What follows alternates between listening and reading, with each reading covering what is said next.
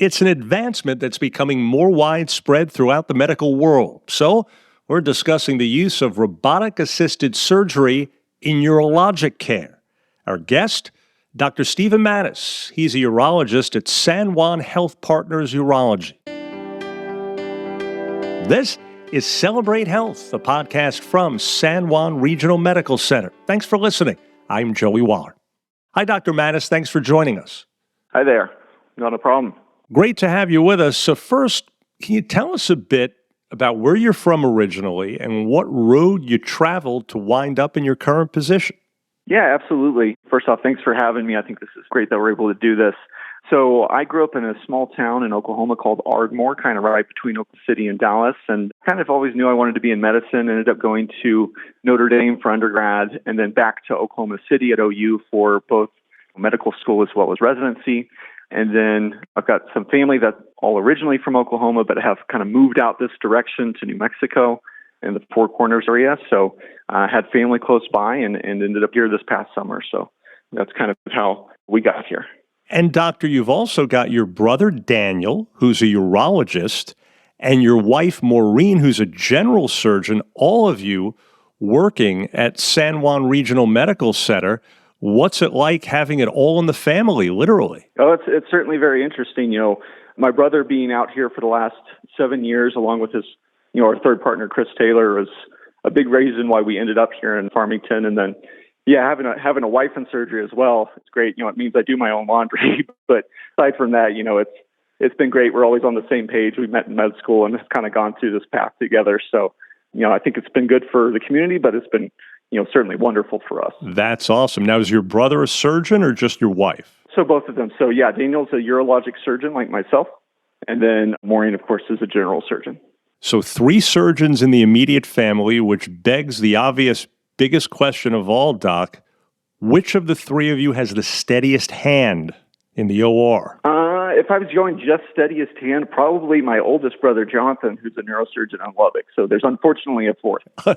Unfortunate for no one. That's even more awesome. You got a brain surgeon as well. Any rocket scientists in the family? 4th is an engineer, but I think he stopped just short of rocket scientist, unfortunately.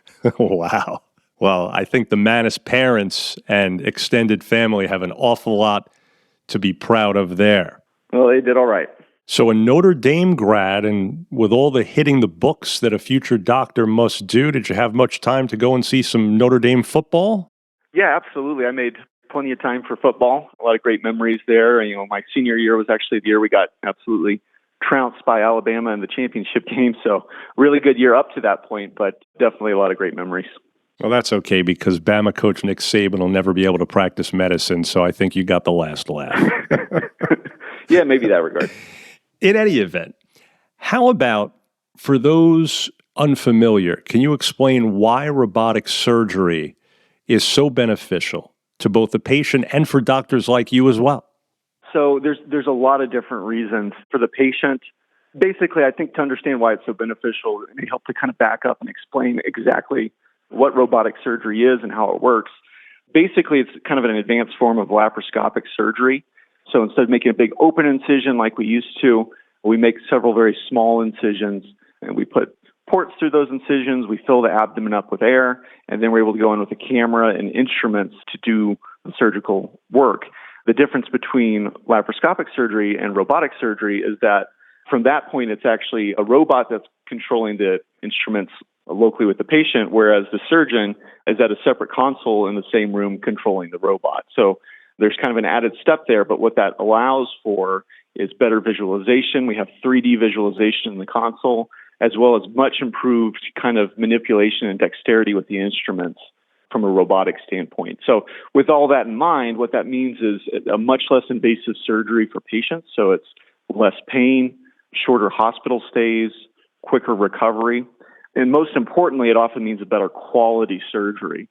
So, I always tell my patients the best surgery is the one that your surgeon is most comfortable with. And certainly this younger generation, especially the urologists, we're trained almost exclusively on the robot, and that's where we're comfortable.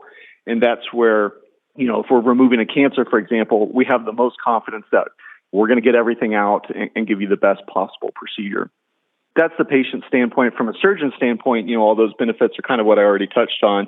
It's what we're comfortable with for training. It's what we have better dexterity with. And that leads into, I think, a third benefit, patient, surgeon, but also, I think, a broader benefit to the community, especially here in Farmington, because what it means is Farmington and San Juan are going to stay competitive in recruiting young physicians going forward that are trained on this technology and practice in the way they were trained. So it means getting to do these bigger surgeries here in our community, not having to send those off elsewhere, being able to continue to recruit young physicians moving forward. Gotcha. So I'm going to ask you about particular procedures that you apply this to in a moment. But first, just to follow up on one or two things you mentioned a moment ago, you talked about some of the benefits of robotic-assisted surgery. How about being able to be more precise? I always hear surgeons like yourself talk about that as such a big advantage from your standpoint, and then, of course, through osmosis for the patient as well. Why is that so important? Because what we do is inherently very high risk. We do it a lot. We have excellent training. So we're very confident in what we do. By the time we get to this point, I think everything's very safe. But the robotic improvements certainly contribute to that safety. We're going to talk about specific surgeries, it sounds like, here in a little bit, but just to kind of briefly touch on that, there are times where maybe an adrenal tumor or a kidney tumor where it's really important that you don't get into that tumor, and they're very sensitive. And if you just kind of look at them wrong, they might rupture or spill tumor, things like that. It's very important that you have good dexterity and that your instruments do exactly what you want them to do. You always hear about surgeons talking about you can't shake and be a surgeon. And to an extent, that's true, but everyone has some degree of a tremor. And if you've had a long night on call and you're drinking a little coffee, doing a big open surgery, that can contribute. One of the things about the robot is it eliminates any tremor, it negates that, and then you're, again, working on a much smaller scale, even though it's significantly magnified, so it doesn't feel like that. So working around tumors, working around big blood vessels, those are high-risk things. They can be dangerous. So to know that you have absolute control over what's going on provides us with a lot of confidence and obviously contributes to patient safety. Wow, so it actually eliminates tremor so that if you have one, it's really like you don't, huh? Oh, yeah, it's kind of like cheating. It sounds like it. So let's get to some of those procedures. In urology, where are you and yours using robotic assist the most? So I think the single most significant surgery that it's revolutionized within urology is for prostate removal, specifically for prostate cancer. And that's because you can imagine the prostate is located just beneath the bladder. It kind of wraps around the urethra. Well, that's really deep in the pelvis. That's basically an area that's very small. It's surrounded in the bony pelvis. So the old days where you're doing surgery, that's a really hard area to access. And moreover, when you remove it, you have to sew the urethra back to the bladder, which is a very intricate procedure. So doing that when you're kind of working in a hole is a challenge. With the robot, the camera's pushed right up to where you're working. It's magnified. Again, the instruments let you work on a smaller scale. So it's a huge benefit in that regard. But then also we do different procedures for kidney cancers, for example, removing kidneys, removing parts of kidneys. Again, you're working around major blood vessels when you do that. So having that improved visibility, that plays a role there. And then some other common procedures we do, different reconstructive things like reconnecting the kidney tubes that drain into the bladder to the bladder if there's an obstruction, certain procedures for prolapse in women. Those all have a role for the robot, certainly. Now, you're trained in Da Vinci robotic-assisted surgery, which is the gold standard equipment-wise, from what I understand, in that industry. So can you tell us, Doc, what that is exactly and what kind of training do you need for it? So there's two components to the robot. There's the component that is basically what we call docked to the patient. So we place ports in the patient like you would for laparoscopic surgery, and then we have this component of the robot that we wheel in, and it controls the instruments that are mounted to those ports. It kind of almost looks like big spider arms. It's kind of an interesting looking device because it controls multiple instruments at a time. You're controlling a camera, usually 3 different instruments beyond that. So there's that component. But then there's also a monitor that we kind of put our head into, usually kind of tucked in the corner of the room, that gives us that 3D display. And then, there's little hand controls that mimic not only grasping or moving your hand, but also mimic wrist articulation, which when you stop and think about it, your wrist can bend and rotate in all sorts of different manners. So being able to replicate that's very important. And then foot controls for, sometimes you have to burn something or you may have to adjust your camera. And so you're working with both your hands and feet simultaneously. So as you can imagine, that takes a lot of training, usually done in residency, to both understand how to properly use the robot from the console standpoint, but also how to dock it to the patient, set the instruments up in a way that they're spaced appropriately so you have a good working room. There's just a lot of fine details that go into it that can take years. I'm sure. A couple of other things. It's called robotic-assisted surgery, but isn't it important to note as well that robots haven't exactly taken over our operating rooms here? It's still experienced, well-trained surgeons behind their use, right? Absolutely, yeah. The robot's only doing what we, I don't want to say tell it to do, but in a sense that it's mimicking our controls. And interestingly, a lot of the technology was actually developed for the Army, basically so that on a battlefield, that's obviously a dangerous location, you could do surgery on, say, a soldier who's wounded, and the surgeon can be somewhere else entirely, some safe environment where they're controlling the robot.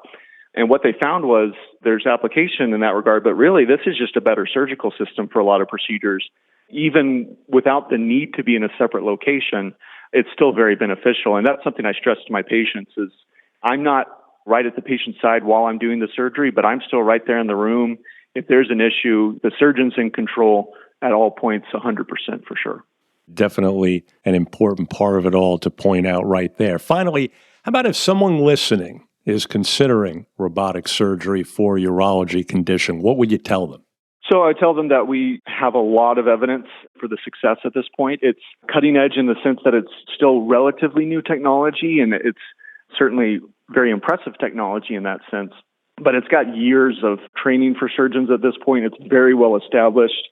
Again, it's pretty much the baseline for training for all urologists going forward, and that's for a reason. It's because we're very comfortable with it. It's very well established. And while it may be something new for patients in a lot of instances, it's not something new to medicine. It's not an experiment, and it's something that I think they can be very confident in. Well, folks, we trust you're now more familiar with robotic surgery in urologic care. Dr. Stephen Mannas, thanks so much again. Thank you. Appreciate you having me. Appreciate you being on. And to learn more about the services available at San Juan Health Partners Urology, please call 505-609-6380. Again, 505-609-6380. If you found this podcast helpful, please share it on your social media. And thanks again for listening to Celebrate Health, a podcast from San Juan Regional Medical Center. Hoping your health is good health. I'm Joey Wall.